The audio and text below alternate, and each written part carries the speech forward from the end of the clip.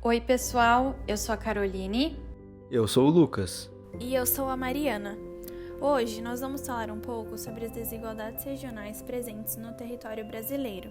Lembrando que a bibliografia utilizada para a elaboração desse vídeo foi o texto Perfil e Dinâmica das Desigualdades Regionais do Brasil em Territórios Industriais Relevantes, de Aristides Monteiro Neto, Rafael de Oliveira Silva e Danilo Severian, presente na série Desenvolvimento Regional do IPEA. Existem algumas maneiras de abordarmos o estudo relacionado ao desenvolvimento regional. Uma delas acontece a partir da análise do comportamento e das implicações da expansão industrial em determinado território. Essa abordagem ainda nos permite notar as disparidades regionais presentes neste território em questão. Antes de entrarmos na análise em si, você entende o real significado de disparidades regionais? Durante o século XX, o Brasil esteve entre as economias com maior crescimento médio do Produto Interno Bruto do mundo. Porém, o modelo de desenvolvimento aplicado ficou marcado pela concentração de renda entre os indivíduos e entre as regiões do Brasil. Por consequência, o Brasil está atualmente entre os países com maior índice de desigualdade no mundo.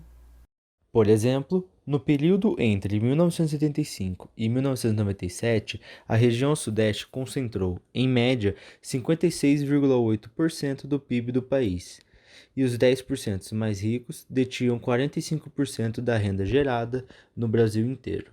A discussão presente no texto utilizado nesse trabalho traz à tona algumas peculiaridades sobre a organização da estrutura industrial dentro do território nacional brasileiro durante os anos de 1995 e 2015.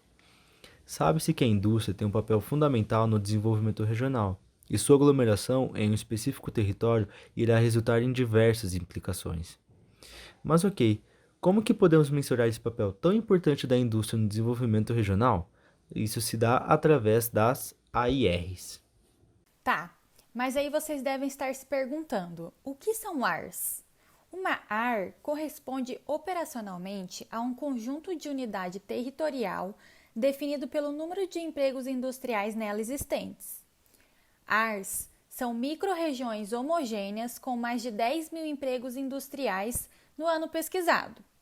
O conceito de AR foi definido com o intuito de se ter uma análise muito melhor e mais ampla a respeito do desenvolvimento das nossas regiões, não se limitando apenas às análises macro, como é feito em outras pesquisas. Essas microrregiões têm sido alvo de estudo de diversos autores. Os resultados dos estudos elaborados por eles convergem numa mesma conclusão. A desconcentração territorial da indústria brasileira foi além das regiões Sul e Sudeste, por mais que estivessem presentes predominantemente nessas regiões.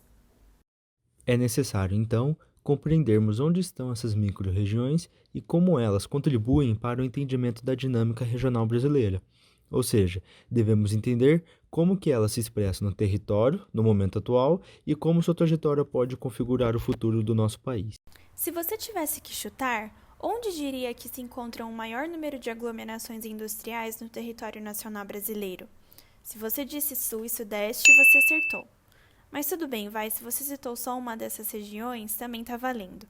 As ERs se localizam predominantemente nas regiões Sul e Sudeste do país, as duas regiões mais desenvolvidas.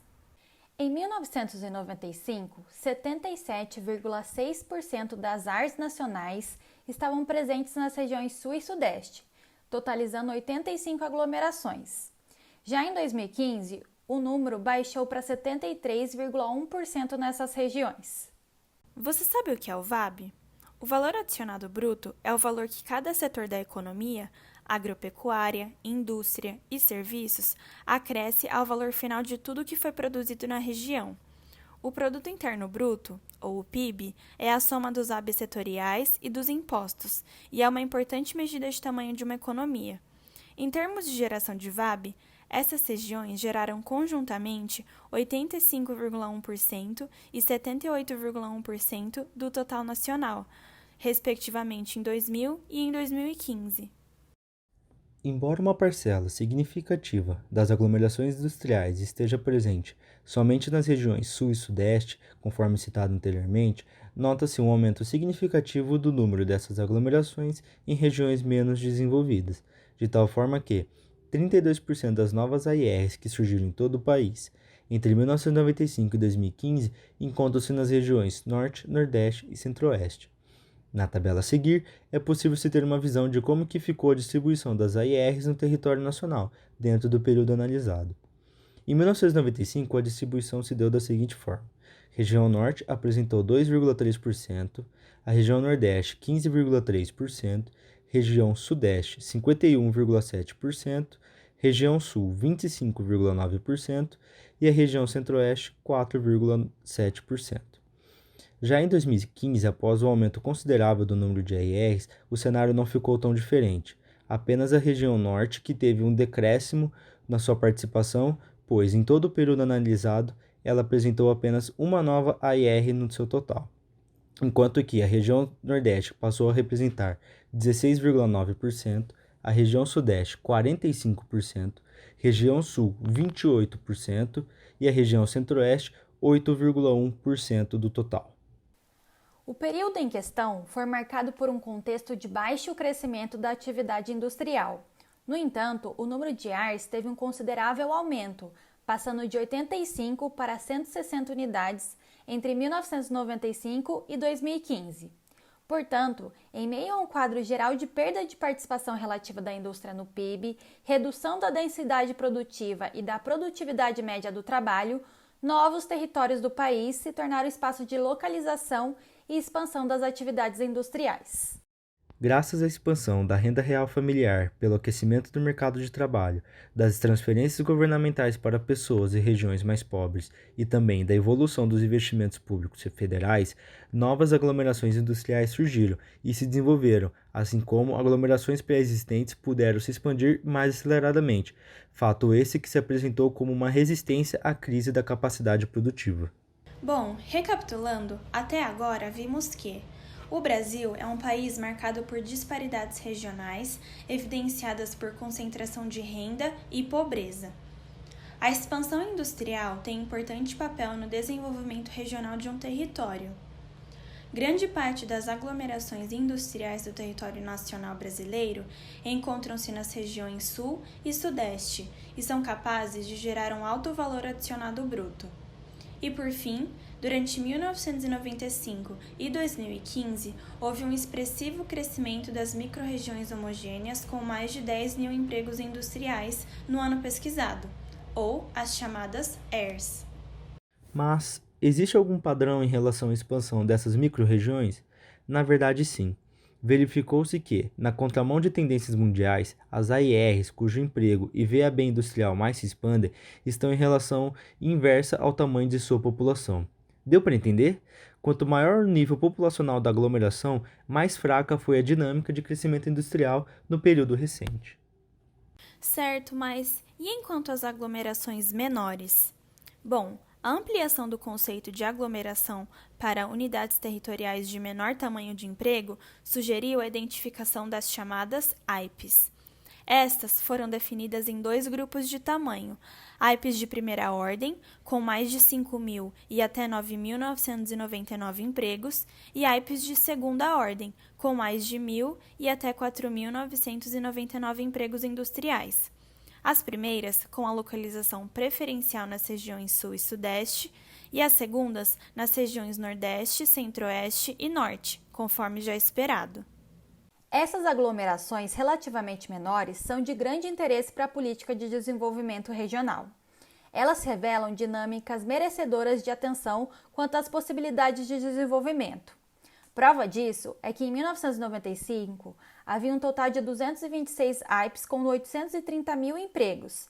Já em 2015, esse indicador chegou a um total de 264 com 1,1 milhão de empregos industriais. As AIPs do primeiro grupo, ou seja, as de primeira ordem, estão mais associadas às externalidades das ERS, consolidadas nas áreas mais industrializadas do Sul e do Sudeste. As AIPs do segundo grupo ou de segunda ordem revelam a formação mais incipiente de territórios industriais que se desenvolveram na última década por impulsos de expansão de renda e do mercado regional das regiões Norte, Centro-Oeste e Nordeste. Os padrões observados evidenciam que a tendência em curso é a perda de importância das aglomerações de maior densidade de emprego e valor adicionado no cenário nacional, presentes predominantemente nas regiões Sul e Sudeste, em prol das aglomerações de menor tamanho, espalhadas pelas várias macro-regiões brasileiras, contemplando assim o alastramento na região do Centro-Oeste e do Nordeste, e em menor intensidade para a região Norte. Essas regiões foram regiões alvos da política regional. Segundo dados do IPEA, no caso da região Nordeste, no período de 2000 a 2015, o montante anual acumulado de 853,5 bilhões, valor de 2015, foi canalizado para a região na forma de investimentos federais da seguinte forma: 209,2 bilhões destinados a fundos constitucionais, 156,5 bilhões destinados ao Fundo Constitucional de Financiamento do Nordeste, 278,6 bilhões destinados a desembolsos do BNDES e 209,2 bilhões destinados a transferências federais a título do programa Bolsa Família e de benefício de prestação continuada.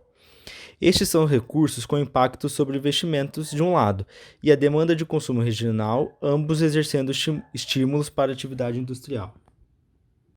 O IPEA ainda aponta que, conjuntamente, as regiões Nordeste, Norte e Centro-Oeste obtiveram a quantia total de 1,6 trilhões de reais em recursos nesse mesmo período. Vale ressaltar que apenas uma parcela desse montante foi destinado à indústria. No entanto, esses recursos aumentam o consumo das famílias e das empresas regionais, o que potencializa a expansão de atividades industriais.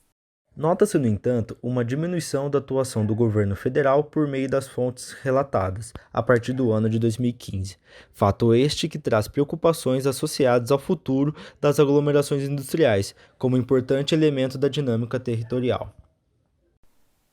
Tais preocupações ocorrem pelos impactos sobre o nível de desemprego, sobre a manutenção da renda do trabalho e, ainda, sobre a capacidade de arrecadação de impostos.